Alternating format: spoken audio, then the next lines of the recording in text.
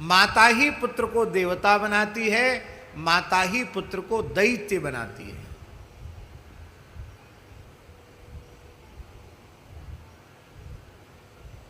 पिता के संस्कार भी पुत्र में आते हैं,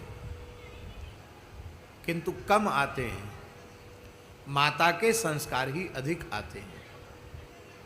इसलिए हमारे यहाँ सनातन धर्म की परंपरा के अनुसार, पद्धति के अनुसार मातृकुल की पवित्रता पर विशेष ध्यान दिया जाता है। विवाह संबंध में मातृकुल कितना पवित्र है, इस पर विशेष ध्यान सबको देना चाहिए, क्योंकि मातृकुल की पवित्रता से ही संतान पवित्र होगी। पिता की भूमिका मात्र गर्भाधान की है, पर 9 महीने तक उदर में पोषण करना वो केवल अपने रक्त से पोषण नहीं करती है। संतान उस गर्भधारिणी माता के विचारों से पोषित होती है, उसके संस्कारों से पोषित होती है। जो कुछ गर्भिणी अवस्था में माता करती है, सुनती है, देखती है, सोचती है, विचारती है, उन सब संस्कारों का प्रभाव उसके गर्भगत बालक पर पड़ जाता है। सुनीति माता का अनुकरण यदि माताएं करें तो उनका पुत्र ध्रुव अवश्य हो जाएगा। आजकल विश्व सुंदरियों के चुनाव होते हैं, अखबार में निकलता है कौन के सिर पर विश्व सुंदरी का ताज धरा जाएगा। और ये जो चयन की प्रक्रिया है बड़ी अश्लील है, ठीक नहीं है। वस्तुतः विश्व सुंदरी कौन है? विश्व सुंदरी श्री मलुकदास जी विश्व सुंदरी की परिभाषा दे रहे हैं। मलुक सो माता सुंदरी, जहां भक्त अवतार। मलुक सो माता सुंदरी, जहां भक्त अवतार। बिना भक्त बांझे भई, जन्मी खर कतवार। यदि भक्त को उत्पन्न नहीं किया तो उसने गधों को जन्म दिया है।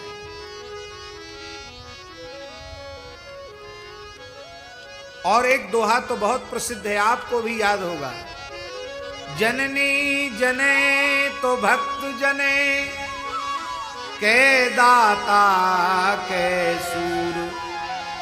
नाही तो जननी बांझ रहे, वृथा गमावे नूर।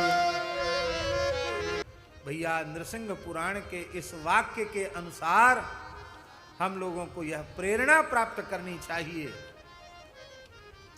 कि चाहे पुत्र हो, पुत्री हो, पत्नी हो, भाई हो, मित्र हो, अपना सगा संबंधी हो, यदि वह भजन के मार्ग पर आगे बढ़ना चाहता है तो अपनी मोह ममता त्याग कर, अपनी स्वार्थ वृत्ति त्याग कर उसको भजन के मार्ग पर आगे बढ़ाओ। उसके मार्ग में बाधा मत उत्पन्न करो। शास्त्रों में लिखा है, नहीं मातृ समो गुरु। माता के जैसा कोई गुरु नहीं। वस्तुतः धर्म और सदाचार का सर्वप्रथम बोध कराने वाली माता ही होती। इसलिए माता के समान कोई गुरु नहीं। समस्त गुरुओं में माता श्रेष्ठ है। हमारे यहां शास्त्रों में यहां तक लिखा है कि पुत्र यदि चतुर्थाश्रमी हो जाए, यति हो जाए, सन्यासी हो जाए, साधु बन जाए, महात्मा हो जाए, गृह त्याग कर दे, तो उसे अपने चतुर्थाश्रम की मर्यादा के कारण किसी भी गृहस्थ पुरुष का चरण स्पर्श नहीं करना चाहिए। चाहे बाबा हो, चाहे ताऊ जी हो, चाहे चाचा जी हो, चाहे मामा जी हो, चाहे जीजा जी हो, वो सब जो थे पहले थे, अब कोई ना है।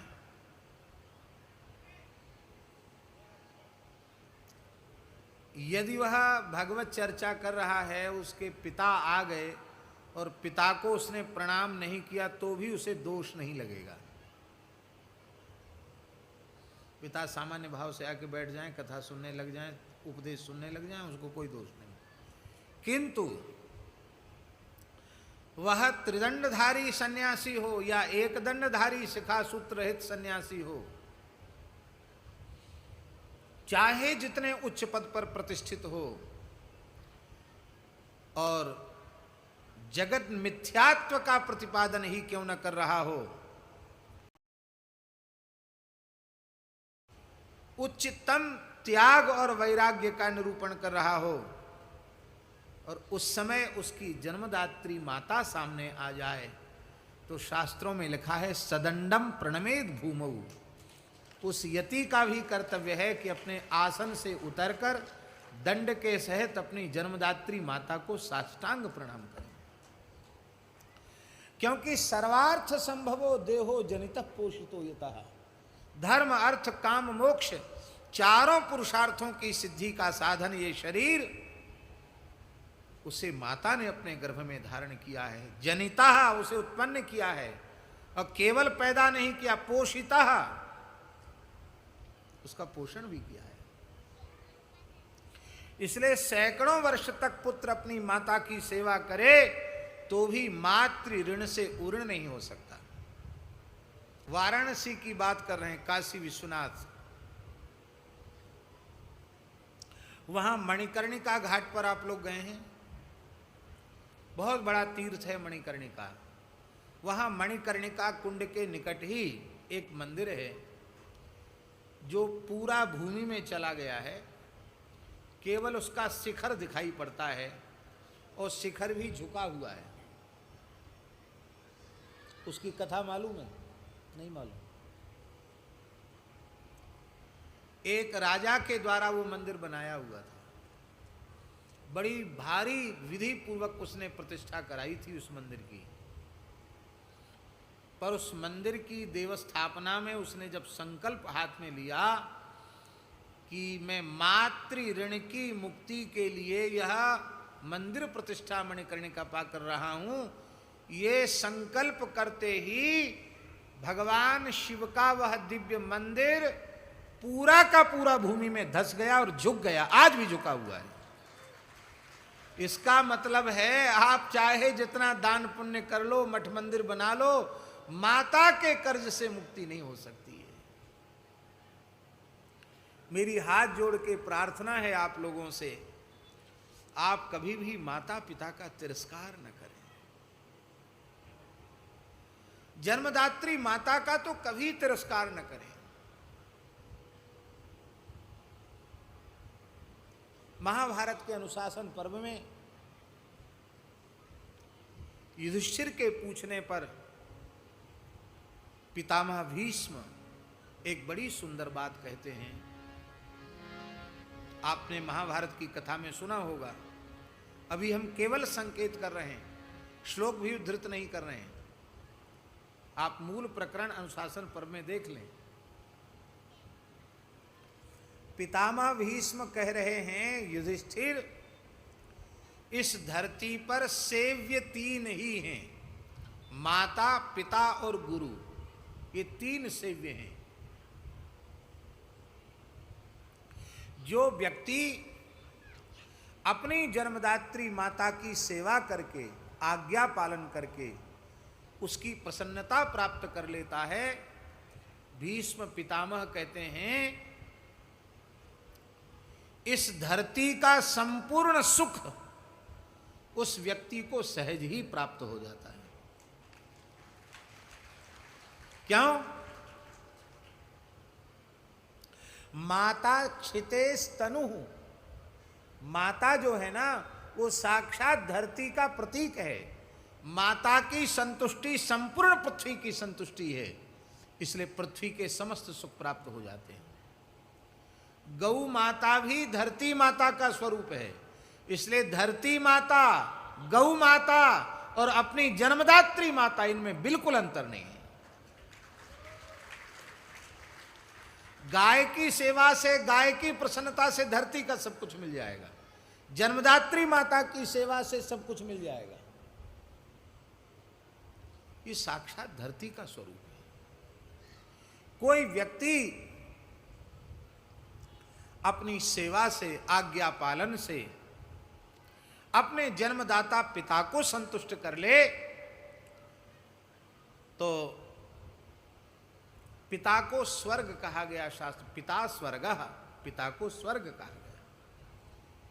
आकाश कहा गया, आकाश माने स्वर्ग। तो पिता को संतुष्ट करने पर स्वर्गीय सुख उसके धरती पर प्राप्त हो जाते हैं। और आगे पितामह भीष्म कह रहे हैं, बोले शंकर जी, कि यदि व्यक्ति अपने गुरु को संतुष्ट कर ले आज्ञा पालन से, सेवा से, तब तो हे युधिष्ठिर वह व्यक्ति ब्रह्मलोक का भी अतिक्रमण कर जाता है। इसका तात्पर्य है कि भगवान के नित्य धाम में प्रतिष्ठित हो जाता है, क्योंकि प्रयच्छति गुरु प्रीतो वैकुंठम योगी दुर्लभम। माता पिता और गुरु, इनकी सेवा भगवत भाव से करनी चाहिए। भगवत भाव की बात हम इसलिए कह रहे हैं कि जब तक आपका भगवत भाव नहीं होगा तब तक आपकी दोष दृष्टि मिटेगी नहीं। और दोष दृष्टि जब तक रहेगी तब तक जैसी श्रद्धा उत्पन्न होनी चाहिए सेव्य के प्रति, वैसी श्रद्धा उत्पन्न नहीं होगी। फिर तो दोष दिखाई पड़ेंगे।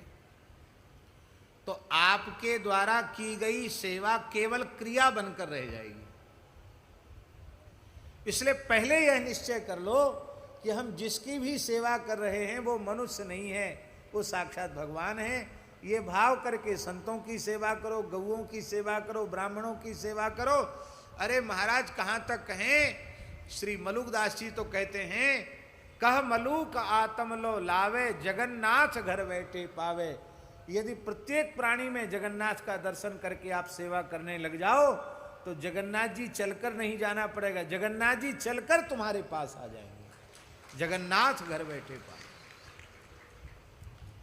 इसलिए सेवा सेव्य की होती है और सेव्य भगवान को छोड़कर कोई दूसरा नहीं है।